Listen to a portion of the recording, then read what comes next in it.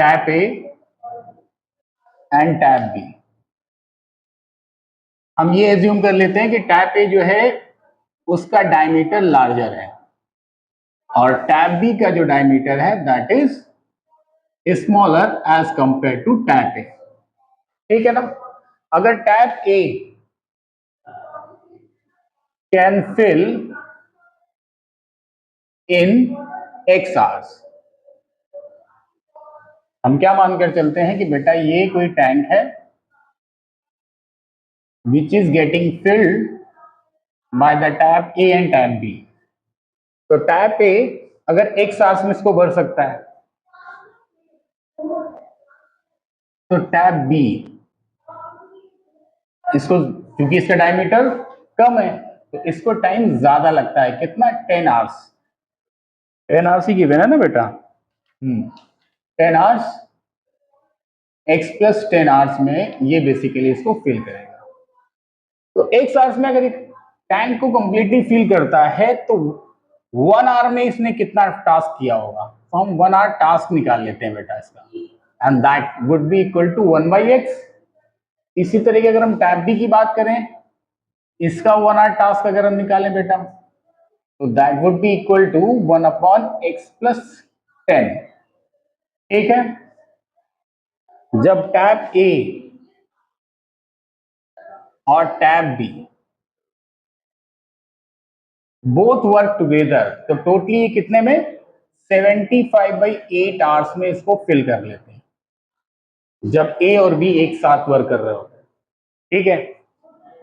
तो आप ये देखिए कि उसमें ए भी काम कर रहा होगा और बी भी काम कर रहा होगा। अगर ए के 1 आवर का टास्क कितना है तो 75/8 आवर्स में कितना टास्क करेगा। तो हम लिखेंगे कि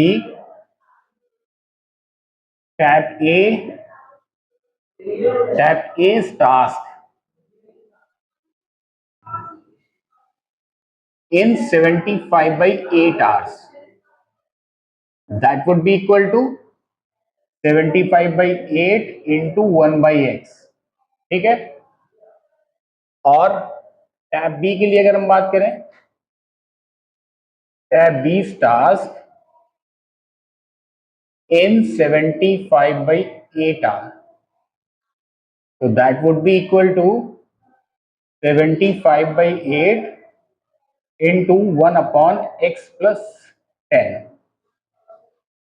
अब आप देखो यहां पर आपको क्लियरली बताया कि टैप ए और टैप बी दोनों इंडिविजुअली जब 75/8 आवर्स चलते हैं तो इसको फिल कर देते हैं। इसका मतलब इस वैल्यू और इस वैल्यू को अगर हम ऐड करें तो उनका एक टास्क कंप्लीट हो जाता है। तो हम क्या लिख सकते हैं बेटा 75/8 into 1/x plus 75/8 into 1/x plus 10। और दोनों में जब एक साथ काम करते हैं 75/8 आवर्स के लिए तो क्या कंप्लीट करते हैं, एक टास्क पूरा कंप्लीट होता है। ठीक। अब देखो यहां पर क्या कर सकते हैं, 75/8 अगर हम यहां पर कॉमन ले लें बेटा तो अंदर वैल्यू बचेगी 1/x plus 1/x plus 10 and that is equal to 1। Multiply कर दोगे तो ये रिवर्स होकर ये उस साइड चला जाएगा डिवीजन में। यहां पर हम इसको अगर हम सॉल्व करें तो क्या लिख सकते हैं, x इंटू एक्स प्लस 10, ऊपर क्या है बेटा x प्लस 10 प्लस एक्स, और ये वैल्यू उधर जाकर रिवर्स हो जाएगी क्योंकि 1 के अपॉन में 75/8 जब लिखेंगे तो ये कितना हो जाएगा 8/75।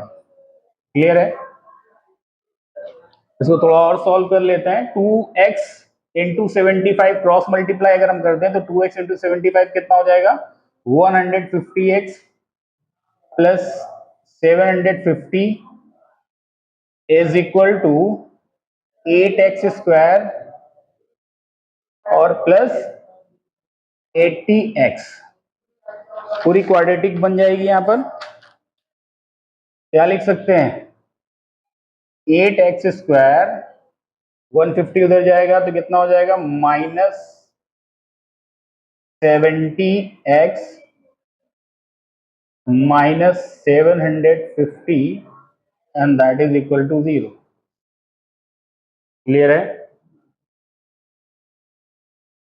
इस क्वाड्रेटिक को सॉल्व करना है। 8x² - 70x - 750 and that is equal